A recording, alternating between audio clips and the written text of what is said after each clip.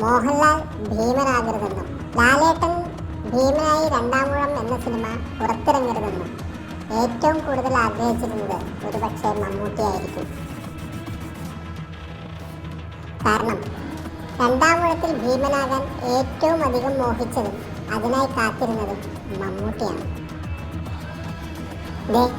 ഇപ്പോൾ അതിനുള്ള സുവർണ അവസരം അദ്ദേഹത്തിന് കൈവന്നിരിക്കുകയാണ്. രണ്ടാമൂഴത്തിലെ ഭീമനാകാൻ മമ്മൂട്ടിയും മോഹൻലാലും തമ്മിൽ നല്ല ശക്തമായ മത്സരം നടന്നിരുന്നു. MTയുടെ ഇഷ്ട സംവിധായകൻ ഹരിഹരനും പ്രിയദർശനും ഇതിനായി കുറച്ചൊന്നുമല്ല ശ്രമിച്ചത്.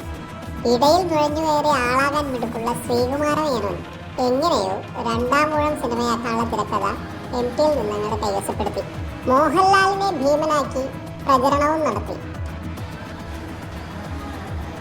ഇത് മമ്മൂട്ടിക്ക് സഹിക്കാൻ കഴിയാവുന്നതിലും അപ്പുറമായിരുന്നു.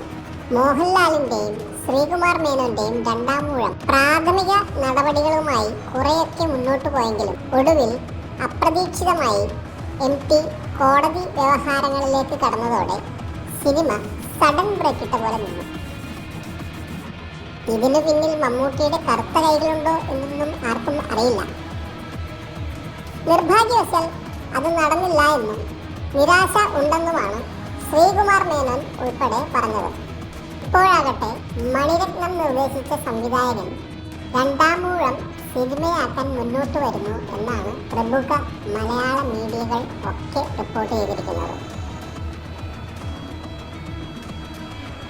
മോഹൻലാലിനെ പോലെ രണ്ടാമൂഴത്തിലെ ഭീമനാകാൻ ആർക്കും കഴിയില്ല എന്നത് വാസ്തവമായി നിലനിൽക്കുമ്പോഴും പുതിയ രണ്ടാമൂഴത്തിൽ ഭീമനാകാൻ കൂടുതൽ സാധ്യത ഇപ്പോൾ കൽപ്പിക്കപ്പെടുന്നത് മമ്മൂട്ടിക്കാണ്.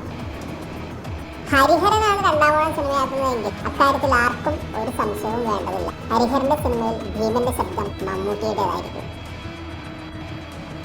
നിലവിലെ സാഹചര്യത്തിൽ മോഹൻലാൽ സിനിമകളെ ഡീഗ്രേഡ് ചെയ്ത് പരാജയപ്പെടുത്താൻ അരയും തലയും മുറുക്കിയിറങ്ങിയിരിക്കുന്ന ഇക്ക ഭക്തന്മാരും തുടാപ്പികളും മമ്മൂട്ടി ഭീമനായി വേഷമിട്ടാൽ മാത്രമായിരിക്കും സിനിമ വിജയിപ്പിക്കാൻ കൂടെ നിൽക്കുകയുള്ളൂ.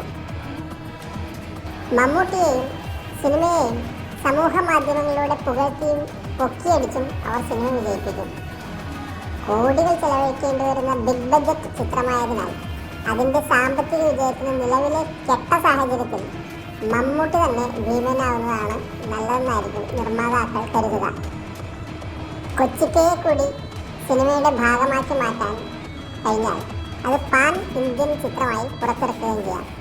എങ്ങനെയുണ്ട്?